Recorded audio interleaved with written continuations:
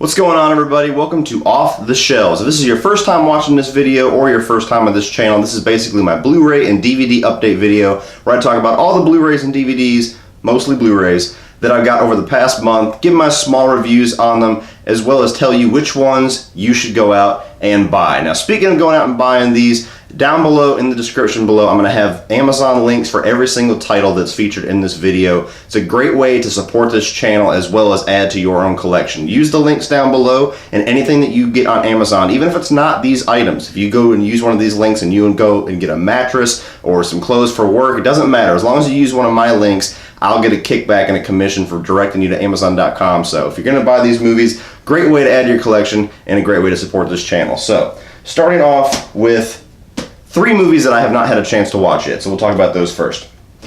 First off is a movie that sounds absolutely ridiculous in its concept, but the ridiculousness of it and the fact that everybody seems to really like this made me go out and get it, and that is Colossal. Now, apparently this is Anne Hathaway. I mean, you got Jason Sudeikis, you got Dan Stevens, and somehow she takes control of like a gaiju or something, or a kaiju, some kind of a Godzilla monster, and takes over the city. So it sounds really interesting. I hope it's going to be really funny, but don't have a review for that one for you yet. The next one is one that, for some reason, I don't know why I didn't get a chance to see this in the movies, but it was just one of those weeks where everything was hectic. But this movie is right up my alley as far as the style that I like, and that's Free Fire. Just an old throwback action bottle movie, kind of like Reservoir Dogs or something like that. If Reservoir Dogs was just a straight up action movie is all I've heard, so definitely interested in checking that out. Let me know down below if you've seen these movies too and what you think of them.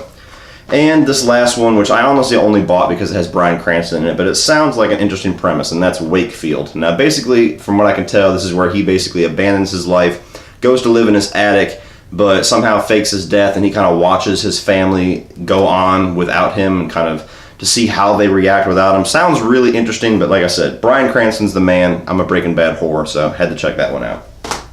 All right, now moving on to the new releases that I can talk about.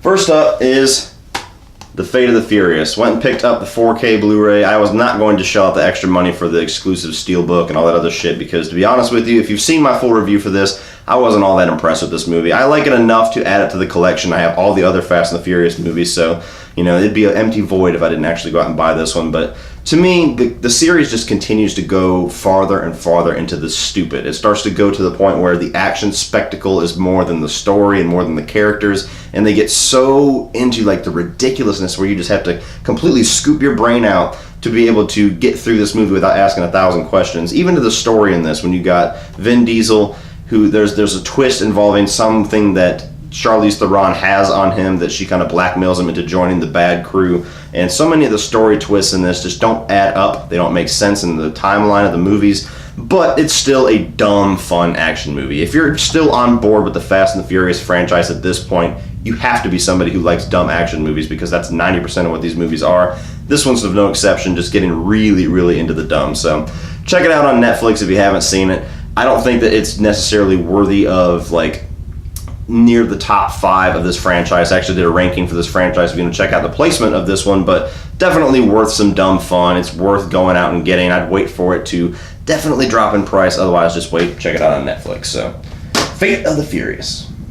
Moving on from that one is one of the more interesting movies this year as far as the story and the controversy surrounding it. And the most interesting part is that even though I enjoyed this movie and I think that it is cool, mostly because I don't have any experience with the previous source material, the movie is not nearly as great or as nearly as grand to deserve all the controversy and all the attention it got, and that is Ghost in the Shell. Now, I did pick up the 4K steelbook for this one because it looks badass, and honestly, getting it in 4K was probably 80% of the reason why I bought this, because this movie has to look badass on 4K. So basically it tells a story. You got Major, played by Scarlett Johansson. That's where the controversy comes in, because they got a white girl to play an Asian role.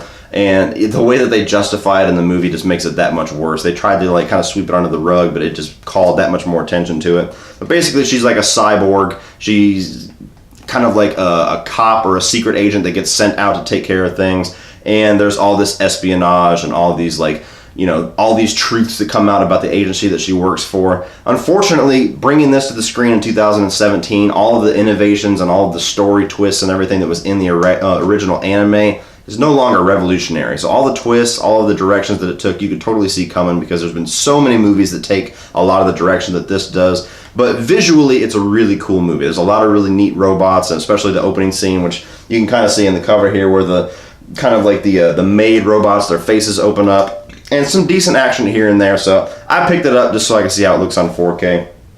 That's how pathetic I am with my Blu-rays. I'll buy it just so I can see it like it's a fucking screensaver. But check that one out on Netflix. Now this one. Now we're moving into the throwback movies. Those are all the new movies that I bought. Wasn't interested in Kong Skull Island, sorry. This is a movie, a horror movie that I have championed for years. And it's not on an official Blu-ray release yet, so you might have to do some digging to actually be able to get a copy of this. But I looked on eBay, and there was some kind of a company that makes like fan-made Blu-rays. And I took a chance. I threw my money down. It was a little bit more expensive than a regular Blu-ray, but had my fingers crossed. And Trick or Treat. Now this is an 80s metal horror movie, and this fan-made Blu-ray is awesome. This is the type of movie that if companies like Scream Factory weren't around, this thing would be forgotten and left in the dust by the time Blu-ray moved on to whatever it's going to be. Is it 4K Blu-ray or whatever's at the 4K? This movie would just be forgotten in time. But luckily there are fans that make things like this. And basically the story is, you've got Ragman down here played by Mark Price. He idolizes this guy Sammy Kerr, who is basically like, at the time he was like the Dee Snider or the Gene Simmons of this world. And he idolizes him so much, and he befalls this tragedy where the singer actually dies in a hotel fire. And then he gets a hold of the last remaining LP of an unreleased album by Sammy Kerr, and when he plays it backwards, he can get messages from Sammy Kerr from beyond the dead. And he helps him get revenge on school bullies and helps him get the girl and all this kind of stuff, but then things start to get really evil and really sinister. It's a really cool, badass movie if you're into like cheesy 80s kind of horror movies. This is not something where, like, if you're a psychological horror thriller fan where like you like Sixth Sense and Silence of the Lambs and movies like that, but Friday the 13th and movies of that nature just don't appeal to you, it's not for you. But if you like cheesy 80 movies that are kind of in a lot of camp, but they're very cool and innovative, this is an awesome movie. One of the best soundtracks of all time. I actually bought the LP soundtrack when I bought this, so I've always been a huge fan of this. To me, this is absolutely a go out and buy it, but know who you are before you decide to check this movie out. But if you haven't seen it and you like 80s classic horror movies, definitely check this one out. Look on eBay. Hopefully you'll find more copies like this, because this Blu-ray looked and sounded incredible. Moving on from that is, if you saw my Planet of the Apes ranking, I already kind of told you that I went out and bought this, but the Planet of the Apes Legacy Collection.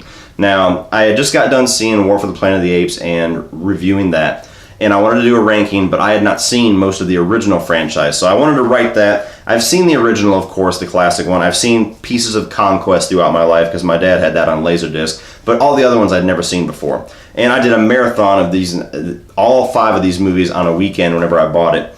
And you can see my ranking if you want to give all my individual rankings for each movie, but as a collection, this is absolutely a go out and buy it. Not only because the original Planet of the Apes is one of the most iconic and most important movies out there, even though the new ones I think are better, but you got Escape from the Planet of the Apes, which is a really cool chapter. It's very toned down as far as the seriousness of it, to the point where it's very strange in the franchise, but it's still really enjoyable to watch.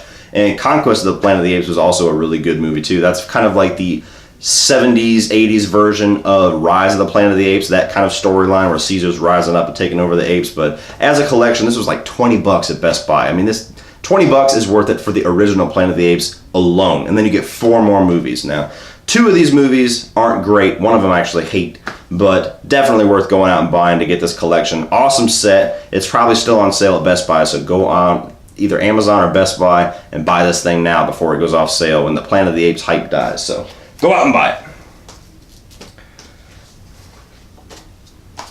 Now, moving on to the 2 4K double dips that I did.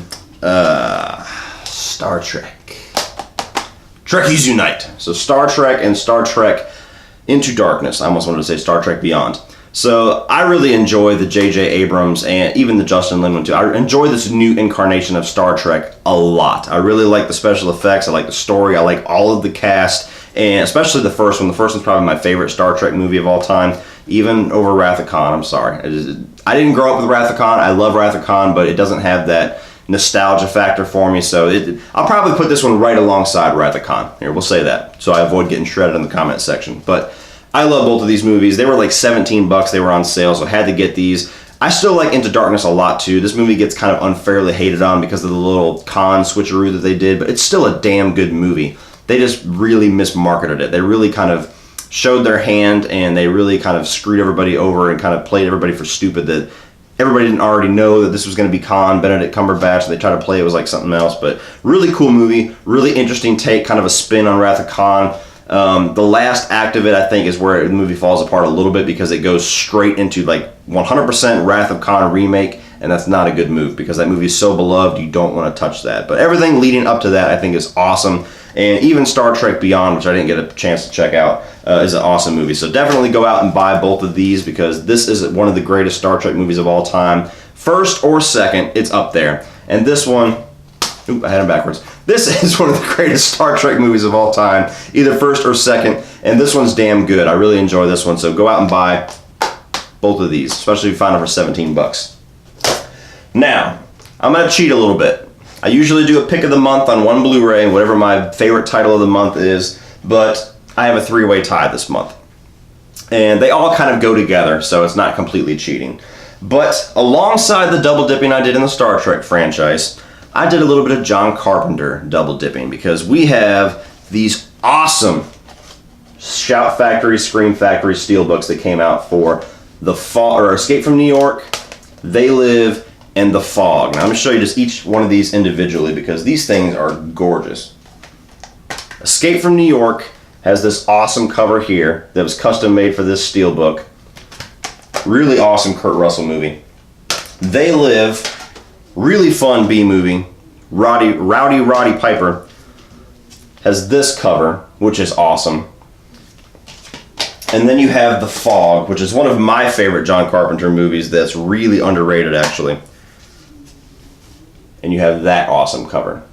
So basically the story of these movies, The Fog is kind of like a ghost story. You have this town that basically built its riches upon the blood of these lepers. They let their ship sink and they took all their gold, and like 100 years later they're coming back for revenge as ghost pirates. And it's a really creepy, awesome movie. Got a great score. One of John Carpenter's best and most underrated.